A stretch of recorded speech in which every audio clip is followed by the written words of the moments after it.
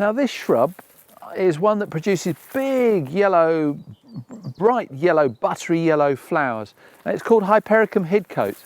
And this thing has got really badly burnt and scorched by the frost this severe winter that we've had. We haven't had a hard winter like this for many, many years.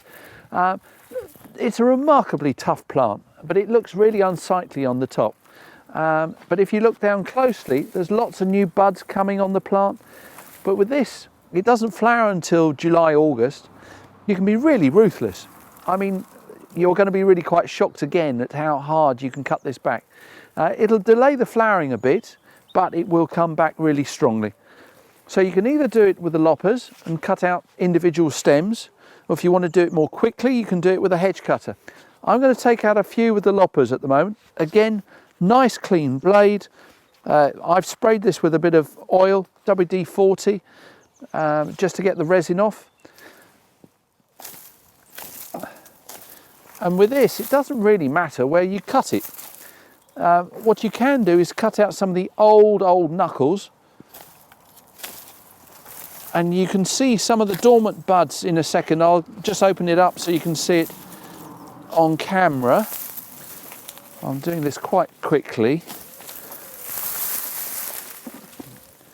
So you're back down to, take the thin weedy stuff out. You want the thicker stems, and the weedy thin ones that are less than pencil thickness invariably are dead. So you can chop away to your heart's content, and it honestly will come back all the better for it. You can also see around the base of it that there are lots of little suckers coming up from the base of the plant, which are underneath, in amongst the remnants of these snowdrops and the daffodils coming through. Cutting a lot off this. Here are the little dormant buds that are just coming through, which you can cut down to. You can cut down to even bare stem where there are no sign of buds at all. It'll still sprout. It's as tough as old boots. Hypericum Hidcote, great bright yellow flowers, really good for the bees and the wildlife as well. It normally is semi-evergreen, but as you can see after this winter, it's actually lost virtually all its leaves. I'm going to continue cutting this right back.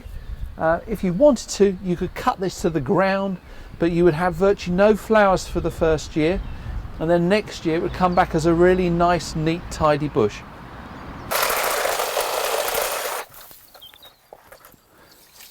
Now, using power tools is quite often quicker, but sometimes you have to go back over because it tends to chew the wood a little bit.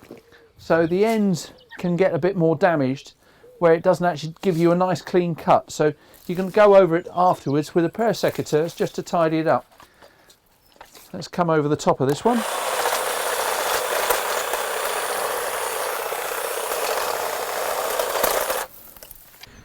As you can see, it's been another brutal bit of pruning, but you'll see there are lots of little buds to come. And these little dormant buds, like these ones here, will grow like mad this year on this Hypericum Hidcote.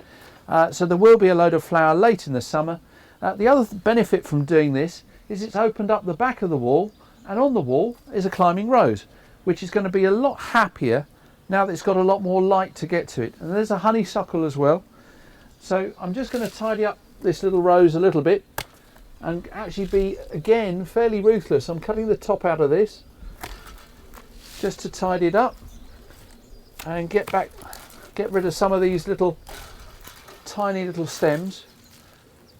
They're not worth keeping. These little wispy pieces, they would only produce very small flowers. What you want is a little bit more vigour, and again some new stems to come up from down below. So just cutting these little bits out, tidying it up,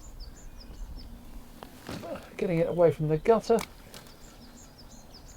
And the wires can be tidied up as well and straightened up along the wall at your leisure.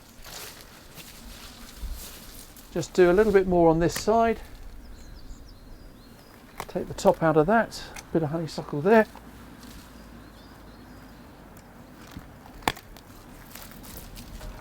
We thin that out completely again, so it's all got a bit more light. Any dead wood to come out.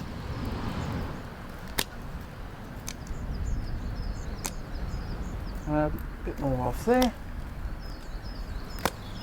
The whole thing looks a bit more cared for now. There we are.